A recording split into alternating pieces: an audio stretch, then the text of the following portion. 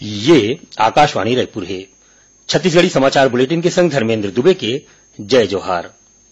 खाद्य और नागरिक आपूर्ति मंत्री अमरजीत भगत अधिकारी मन ला राशन कारड बांटे बर शिविर लगाए के निर्देश दे हे। श्री भगत काली रायपुर में खाद्य विभाग के समीक्षा बैठक में ये निर्देश दिन। ओमन बैठक में नून, चना और गुड़ बांटे के बारे में जानबा लिन और धान खरीदी, खाद्यान्न भंडारण, धान कस्टम मिलिंग के संगे संग बारदाना के बारे में घलो जानबा लिन।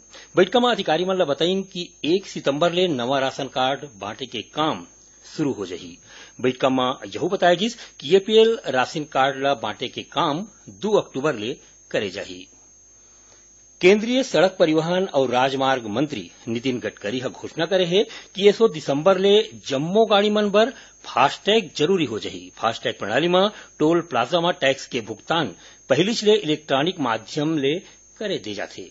अब फास्टैग वाले जम्मो गाड़ी मन राष्ट्रीय राजमार्ग में बने टोल प्लाजा के विशेष लेन ले निकलही। केंद्र सरकार सिगरेट और अन्य तंबाकू उत्पाद में बदलाव करत जम्मो तंबाकू उत्पाद मन में नवा स्वास्थ्य चेतावनी के सूचना दे है। केंद्रीय स्वास्थ्य मंत्रालय एक ठन बयान में कहिन कि नवा चेतावनी 1 सितंबर ले लागू हो जाही।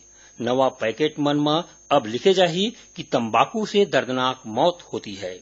तंबाकू छोड़ैया मन के मन बर पैकेट में टोल फ्री नंबर 1800-112356 घलो छपे रही। इंदिरा गांधी कृषि विश्वविद्यालय ढार ले कृषि स्नातक और कृषि संकाय ले हायर सेकेंडरी पास होइया छात्र मन बर कृषि क्लिनिक और कृषि व्यवसाय केंद्र योजना के शुरुआत करे जाथे। ये योजना ला पसंद करैया उद्यमी मन ला 45 दिन के आवासीय प्रशिक्षण दे जाही। एकर बर विश्वविद्यालय राष्ट्रीय कृषि विस्तार प्रबंधन संस्थान हैदराबाद के संग दस्तखत करे है।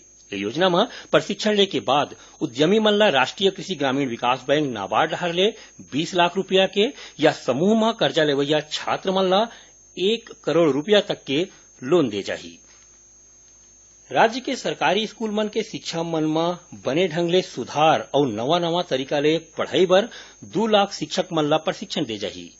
केंद्र सरकार जम्मू राज्य के सरकारी स्कूल मन के शिक्षक मन ला प्रशिक्षण दे बर योजना बनाए हैं। एकर बर निष्ठा नाव ले पोर्टल घलो तैयार करे गे हे।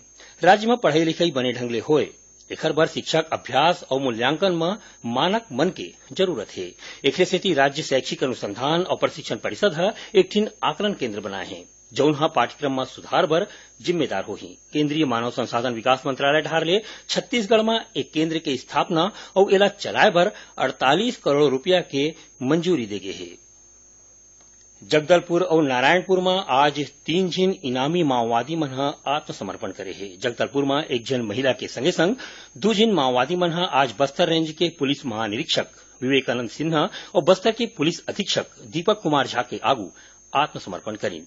ये दोनों माओवादी मन बस्तर जिला के एलओएस कमांडर रहीन। उन्हें नारायणपुर जिला के धौड़ाई थाना क्षेत्र में सक्रिय एक जन इनामी माओवादी 12 बोर बंदूक के संग पुलिस अधीक्षक मोहित गर्ग के आगू आत्मसमर्पण करीन। एकर ऊपर 5 लाख रुपया के इनाम राखे गे रहीस।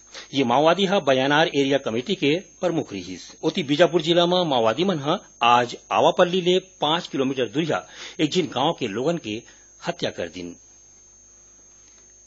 दुर्ग के लइका मौलिक साहू के अपहरण करैया 4 जिन आरोपी मन ला पुलिस गिरफ्तार कर ले है। एमा एक जिन आरोपी लइका के पिता के संगवारी बताया जात है। दुर्ग रेंज के पुलिस महानिरीक्षक हिमांशु गुप्ता आज पत्रकार वार्ता में बताइन कि मुख्य आरोपी राजकुमार साहू लइका के पिता के संगवारी हरे। एखर लइका के घर में अवई जवई रहीस। पुलिस के मुताबिक राजकुमार पैसा के लालच में लइका के अपहरण करे रहीस। एक घटना में एक जिन माई लोगिन घलो शामिल रहीस। पुलिस जम्मो आरोपी मन ला गिरफ्तार कर ले है। भारतीय जनता पार्टी के पूर्व विधानसभा अध्यक्ष गौरीशंकर अग्रवाल सक्रिय सदस्य मन के प्रदेश में सक्रिय सदस्यता अभियान के शुरुआत करे है। ये अभियान में पूरा प्रदेश में 45,000 नवा सदस्य बनाए के लक्ष्य रखे गए है। अब थोड़कुन समाचार सार में राष्ट्रपति रामनाथ कोविंद 24 सितंबर के छत्तीसगढ़ के प्रियंका बिस्सा ला राष्ट्रीय सेवा योजना के राष्ट्रीय पुरस्कार ले सम्मानित करही और छत्तीसगढ़ व्यावसायिक परीक्षा मंडल रायपुर ढाल ले 25 अगस्त के शिक्षक भर्ती परीक्षा 2 पाली में राखे जाही। एक संग छत्तीसगढ़ी समाचार बुलेटिन यही सिरावत है। जय जोहार।